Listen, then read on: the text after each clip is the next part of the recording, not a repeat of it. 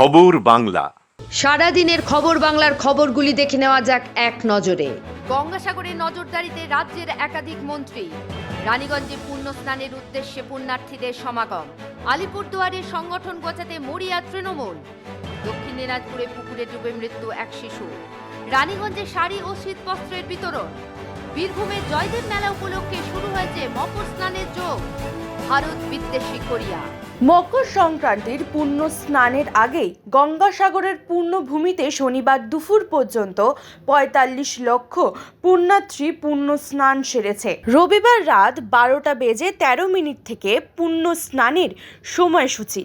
স্নান চলবে সোমবার রাত ১২টা বেজে ১৩ মিনিট পর্যন্ত। শনিবার প্রশাসনের পক্ষ থেকে সাংবাদিক সম্মেলন করে এমনটাই জানানো হয়। পাশাপাশি গঙ্গাসাগর মেলাকে পুণ্যার্থীদের কাছে সহজ ও সুলভ করে তুলতে প্রশাসনের পক্ষ থেকে নেওয়া হয়েছে একাধিক ব্যবস্থা। মুড়িগঙ্গা নদীতে পুণ্যার্থীদের জন্য পারাপারের ২২টি জেটি ব্যবহার করা হচ্ছে। এর পাশাপাশি তীর্থযাত্রীদের চলাচলের জন্য ২৫০০টি বাস, ৬টি বার্জ, ৩৮টি ভেসেল ও ১০০টি লঞ্চের ব্যবস্থা রয়েছে। ঘন কুয়াশার কারণে নিরাপদে পারাপারের জন্য কুয়াশা ভেদি আলোর ব্যবস্থা রয়েছে। অত্যাধুনিক জিপিএস প্রযুক্তির মাধ্যমে ওকে টিম উপগ্রহের সাহায্যে অত্যন্ত প্রয়োজনীয় গঙ্গাসাগর মেলাতে বাস, লঞ্চ, স্টিমের আওতায় আনা হয়েছে। তীর্থযাত্রীদের স্বাচ্ছন্দ্যের জন্য অধিক সংখ্যক উন্নতর যাত্রী নিবাসের বন্দোবস্ত রয়েছে। মেলার সুরক্ষা স্বাস্থ্যে ১৪,০০০-এরও বেশি পুলিশ, ৪৩টি ওয়াচ টাওয়ারের মাধ্যমে ১৮টি অ্যান্টি ক্রাইম পেট্রোলিং টিম ও ১৮টি পেট্রোলিং টিম সহ একাধিক টিম কাজ করছে মেলা গ্রাউন্ডে। ভিড় নিয়ন্ত্রণে করা হয়েছে ৫৪৮টি ড্রপ গেট, ২৪০০ সিভিল ডিফেন্স, স্বেচ্ছাসেবক ও অসামরিক প্রতিরক্ষা দপ্তরের জল প্রহরী পুণ্যার্থীদের নিরাপত্তার জন্য মোতায়েন করা হয়েছে। ২০২৪ সালে গঙ্গাসাগর মেলাতে রেকর্ড পরিমাণে পুণ্যার্থীর সমাগম হতে পারে এমনটাই অনুমান করেছে জেলা প্রশাসন। মেলাতে অপরাধমূলক কর্মকাণ্ডে শনিবার পর্যন্ত ১৮০ জনকে গ্রেফতার করেছে পুলিশ। এর পাশাপাশি গত ২ দিন মোট ৫ জন পুণ্যার্থীদের বিভিন্ন শারীরিক অসুস্থতার কারণে কলকাতায় পাঠানো হয়েছে। গঙ্গাসাগর মেলা নজরদারিতে রয়েছে রাজ্যের একাধিক মন্ত্রী।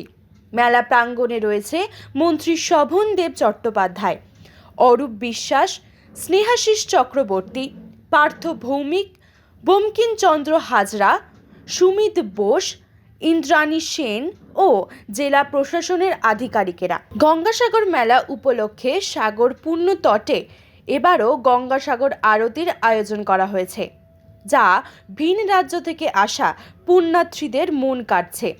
এমনকি ওয়েব টেলিকাস্টের মাধ্যমে তা ছড়িয়ে পড়ছে দেশ বিদেশে। অরিজিৎ মণ্ডলের রিপোর্ট, খবর বাংলা, গঙ্গাসাগর। নমস্কার, আপনারা দেখছেন খবর বাংলা। একদিকে ঘন কুয়াশায় ঢাকা, তো অন্যদিকে পুণ্যার্থীদের ভিড়। ঠিক এমনটাই জমে উঠেছে রানীগঞ্জ বল্লভপুরের মেজিয়াঘাট চত্বরে। পুরো কড়া নিরাপত্তার সাথে এই মকর সংক্রান্তি উৎসব পালিত করা হয়েছে প্রশাসনের পক্ষ থেকে। যদিও এই মকর সংক্রান্তিকে বিভিন্ন রাজ্যে বিভিন্ন ভাষায় ডাকা হয়, তেমনটাই পশ্চিমবাংলায় মকর সংক্রান্তি নামে পরিচিত। আজ মকর সংক্রান্তি। মনস্কামনা পূরণে দামোদরের পুণ্য স্নানের উদ্দেশ্যে হাজার হাজার পুণ্যার্থীদের সমাগম হয়েছে। ভিড় উপচে পড়ছে নদীর তীরে। দেখা গেল কনকনে ঠান্ডার মধ্যেই রানীগঞ্জের বল্লভপুর মেজিয়াঘাটে ভোরবেলা থেকে শুরু হয়েছে স্নান। নদীতে স্নানের পাশাপাশি শ্মশানকালী মন্দিরে পুজো দেন পুণ্যার্থীরা। মেলাকে কেন্দ্র করে উদ্ধারকারী কার্যকর্তা ও পুলিশি নিরাপত্তা রাখা হয়েছে মেলা চত্বর ও আশপাশের এলাকায়। আসুন আমরা সেই পুণ্যার্থীদের সঙ্গে কথা বলে নেব।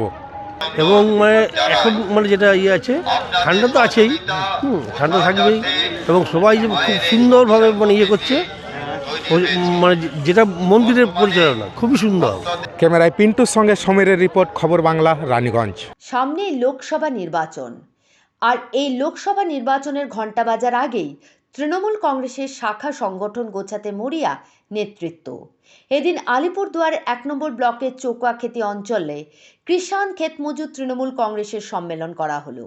আলিপুরদুয়ার ১ নম্বর ব্লক তৃণমূল সহ সভাপতি সুভাষ রায় বলেন, রাজ্য সরকারের উদ্যোগে তথা মাননীয় মুখ্যমন্ত্রী মমতা বন্দ্যোপাধ্যায়ের অনুপ্রেরণায় রাজ্যের পাশাপাশি আলিপুরদুয়ার জেলা জুড়ে কৃষকদের জন্য বিভিন্ন রকম সরকারি সুযোগ সুবিধা দেওয়া হয়েছে।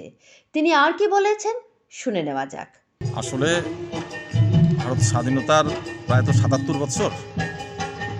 কৃষক বিগত দিনের যে কেন্দ্রীয় সরকার কোনো কৃষি নীতি তৈরি করে নাই, অথচ আমরা দেখি যে দেশের জনসংখ্যার প্রায় ৭০% মানুষ হচ্ছে কৃষিকাজের সাথে যুক্ত, কিন্তু বিগত দিনে কোনো কেন্দ্রীয় সরকার কৃষি নীতি করে নাই এবং বিশেষ করে মোদী সরকারও, কেন্দ্রে বিজেপি আসার পরে এই বিজেপি সরকারও কোনো কৃষিনীতি গ্রহণ করে নাই। এদিনের এই সম্মেলনে উপস্থিত ছিলেন প্রাক্তন বিধায়ক তথা এসজিডিএ চেয়ারম্যান ডক্টর সৌরভ চক্রবর্তী, কৃষাণ তৃণমূল কংগ্রেস ক্ষেতমজুর ইউনিয়নের জেলা নেতৃত্ব ও ব্লক নেতৃত্ব। রতন বর্মনের রিপোর্ট, খবর বাংলা, আলিপুরদুয়ার। শীতের দুপুরে বাড়ির সকলে ঠান্ডায় জুবুথুবু বিশ্রাম নিচ্ছিল। সেই সময় সবার অলক্ষ্যে ঘর থেকে বেরিয়ে বাড়ির পাশের পুকুরে ডুবে মৃত্যু হলো বছর আড়াইয়ের এক শিশুর। মৃত শিশুর নাম নাবিল মিয়া, বয়স আনুমানিক 2.5 বছর। বাড়ি দক্ষিণ দিনাজপুর জেলার গঙ্গারামপুর থানার অন্তর্গত জাঁচি এলাকায়। ঘটনায় শোকের ছায়া নেমে এসেছে গঙ্গারামপুরের ওই এলাকায়। জানা গিয়েছে, এই দিন দুপুরে খেলার সময় পরিবারের লোকজনের অলক্ষ্যে বাড়ির পাশের পুকুরে জলে পড়ে যায় নাবিল। বেশ কিছু সময়ে পরে তার পরিবারের লোকজন ওই শিশুকে দেখতে না পেয়ে খোঁজাখুঁজি শুরু করেন। এরপর বাড়ির পাশের পুকুর থেকে তাকে ভেসে থাকতে দেখে পরিবারের লোকজন পরে খুঁজাখুঁজি করি আমরা, খুঁজে করার পরে দেখতে পাই পুকুরে ভাসে। তারপরে নিয়ে হাসপাতালে নিয়ে হসপিটালে ভর্তি করাই, তখন ডাক্তার বললাম মৃত্যু হয়েছে।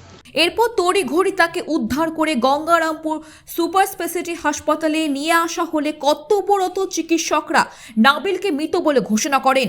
এরপর সোমবার সকালে গঙ্গারামপুর থানার পুলিশ ঘটনার খবর পেয়ে হাসপাতাল থেকে মৃতদেহ উদ্ধার করে গঙ্গারামপুর থানায় নিয়ে এসে বালুরঘাট জেলা হাসপাতালের মর্গে পাঠিয়ে পুরো ঘটনার তদন্ত শুরু করেছে গঙ্গারামপুর থানার পুলিশ। বাড়ির পাশে পুকুরে ডুবে শিশু মৃত্যুর এমন মর্মান্তিক ঘটনায় শোকাহত গঙ্গারামপুর থানার অন্তর্গত জাঁচি এলাকা সহ ওই পরিবারের সদস্যরা। কি শুনলেন পরে, কি শুনলেন? ব্যস্ত কিছু শুনিনি, বাচ্চা নিয়ে ব্যস্ত, ওইরকম আমি কিছু শুনিনি। বাড়িতে কাজে ব্যস্ত ছিলেন নাকি সেই সময়? ঠান্ডার দিন, আচ্ছা, খেলছিল, মা চান করছিল, এমন ব্যস্ত না। আমাদের এই যে ছোট বাচ্চা বাড়িতে। কোথায় ডুবেছিল? পুকুরে, বাড়ির পাশেই। হ্যাঁ। কখন জানতে পারলেন ঘটনাটা হয়েছে? যখন খুঁজতেছি যে আমাদের বাচ্চাটা কোথায় গেল, তারপর দেখছি পুকুরে পড়ে গেছে। তারপর কি করলেন? উঠার পর ঘোরানো হয়েছিল, ঘোরার পর সঙ্গে এখানে আনা গেছে। জয়দীপ মৈত্রের রিপোর্ট, খবর বাংলা, দক্ষিণ দিনাজপুর। আসানসোল দক্ষিণ চারের এলাকায় আজ রানীগঞ্জ ব্লকের সাহেবগঞ্জ গ্রামে শাড়ি ও শীত বস্ত্র বিতরণ করা হয়। মকর সংক্রান্তি ও আদিবাসী সমাজের বাঁধনা পরবের উপলক্ষে সেবায় ধর্ম উদ্যোগে এলাকায় দুস্থ আদিবাসী লোকজনদের মধ্যে শাড়ি ও শীতের কম্বল তুলে দেওয়া হলো। বিজেপির কর্মী সমর্থকদের অনুদানে এই কর্মসূচি পরিচালিত হয়। মকর সংক্রান্তির এই শীতবস্ত্র বিতরণ অনুষ্ঠানে প্রায় 80 থেকে 85 জন দুস্থ মানুষের হাতে কম্বল তুলে দেওয়া হয়। এই অনুষ্ঠানে আসানসোল দক্ষিণ চারের বিধায়িকা অগ্নিমিত্রা পালের উপস্থিতি থাকার কথা ছিল, কিন্তু ব্যস্ততার কারণে বিধায়িকা অগ্নিমিত্রা পাল উপস্থিত থাকতে পারেননি। একথা জানিয়েছেন আসানসোল দক্ষিণ চারের মণ্ডল সভাপতি সন্দীপ ঘোষ। এ বিষয়ে মণ্ডল সভাপতি সংবাদ মাধ্যমকে কি বললেন আমরা শুনে নেব। এই কর্মসূচি আমাদের আদিবাসী সম্প্রদায়ের বান্না পরব ছিল। সেই উদ্দেশ্যে আমরা আদিবাসী সম্প্রদায়ের পাশে দাঁড়ানোর চেষ্টা করছি এবং চেষ্টা আগের থেকেও করে এসেছি, পরবর্তীকালেও করব। আমরা পার্টি নির্বিশেষে দেখি না, আমাদের উদ্দেশ্য হচ্ছে সেবা করা। মোদিজি যেটা বলেছে যে সেবাই সবচেয়ে পরম ধর্ম, সেবা আমরা করে যাব, সেই উদ্দেশ্যে আমরা আজকে আদিবাসীদের পাশে যতটুকু যথাসম্ভব আমরা দাঁড়িয়েছি। মকর মেলার জন্য আমাদেরকে শাড়ি কম্বল দেওয়া হয়েছে, আমরা খুবই খুশি হয়েছি। খুব ওকে ধন্যবাদ দিচ্ছি, যেমন আমাদেরকে আরও এরকম আগের থেকে যেমন আরও কিছু দেয় আমাদেরকে, আরও খুব খুশি হব। সমীরের রিপোর্ট, খবর বাংলা, রানীগঞ্জ। আজ সোমবার রাত 12:13 থেকে শুরু হয়েছে শাহী স্নান বা মকর স্নানের যোগ। চলবে পরদিন মঙ্গলবার বেলা 12টা পর্যন্ত। 15ই জানুয়ারি থেকে 17ই জানুয়ারি পর্যন্ত এই জয়দেব কেন্দুলি মকর সংক্রান্তি মেলা থাকবে বলে জানা যায়। ইতিমধ্যে বীরভূমের এই জয়দেব মেলায় আনুমানিক 3 থেকে 4 লক্ষ পুণ্যার্থী এসেছেন বলে জানা যায়। মকর স্নানকে কেন্দ্র করে যাতে কোনো বিশৃঙ্খলা সৃষ্টি না হয় তার দিকে বীরভূম জেলা পুলিশের কঠোর নজরদারিতে চলছে জয়দেব মকর সংক্রান্তি স্নান।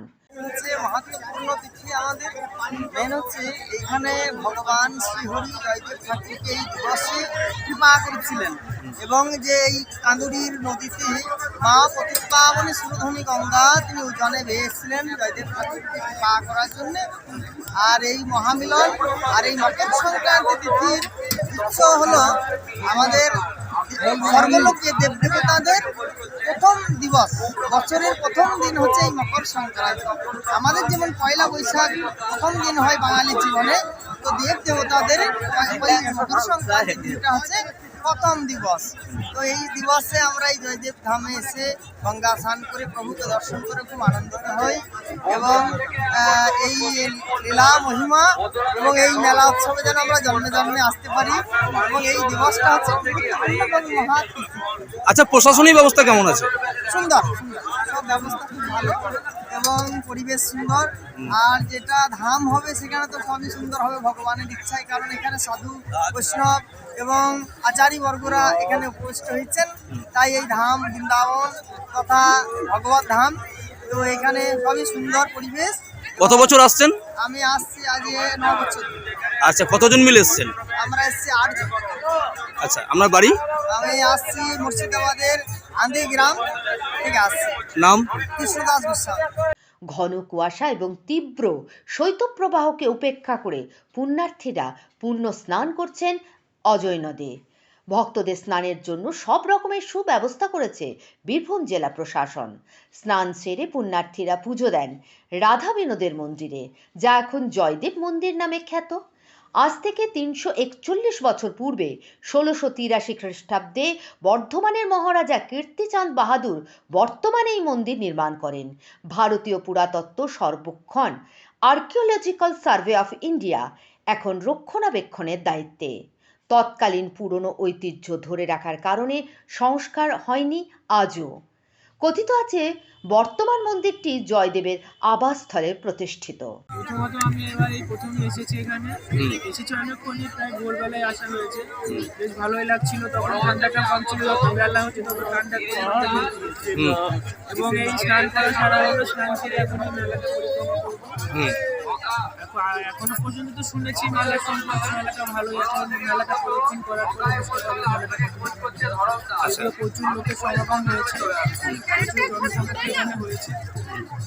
ভালোই লাগছে এখনো পর্যন্ত, দেখা বাকি দিনটা হয়তো আনন্দে কাটে, ভালোই কাটে। প্রশাসনিক ব্যবস্থা যথেষ্ট ভালো, মানে সেই ভোর থেকে দেখছি পুলিশ প্রশাসন এখানে যথেষ্ট ভালো এবং যেহেতু বালি চড়া পড়ে গেছে তো বিএসএফ বা এরকম কেন্দ্রীয় বাহিনী তারাও যথেষ্ট মানে সময় অন্তর অন্তর সেখানে সচেতন হচ্ছে, কোনো অসুবিধা মনে করছে তো প্রশাসনিক ব্যবস্থা যথেষ্ট।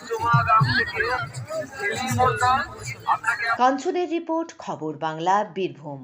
সময়ের সাথে পরিবর্তন হচ্ছে এই ভূখণ্ডের, পরিবর্তন হচ্ছে প্রাকৃতিক পরিবেশের, এমনকি পরিবর্তন হচ্ছে মানুষের জীবনধারার। আদৌ কি পরিবর্তন হচ্ছে মানুষের মানসিকতার? হ্যাঁ, এখন এই প্রশ্নের মুখোমুখি হতে হচ্ছে আমাদেরই ভূখণ্ডের ছোট্ট একটি দেশ কোরিয়া, যেখানে ভারতীয়দের জন্য যথাযোগ্য সম্মান নেই। অথচ দেখা যাচ্ছে ভারতবর্ষের কিছু কোরিয়ান হোটেলগুলিতে ভারতীয়দের প্রবেশ নিষিদ্ধ। এদিকে দ্য ওয়্যার নামক একটি ইউটিউব চ্যানেল করা একটি সার্ভের মধ্যে দেখা যাচ্ছে কোরিয়ানসদের ভারতীয়দের প্রতি ঘৃণা, কিন্তু কোরিয়ান সিঙ্গার বিটিসের মুখ্য ফ্যান ভারতীয়রাই। অথচ আমাদের সার্বভৌমত্বের দেশ ভারতবর্ষ এমন বিভাজন কোনো দেশের কোনো মানুষের জন্য রাখেনি। তাই এখন প্রশ্ন, এই বিভাজন কি মেনে নেওয়া যায়? এর উত্তর দেবে সময়। Bureau report, Khabar Bangla, Raniganj.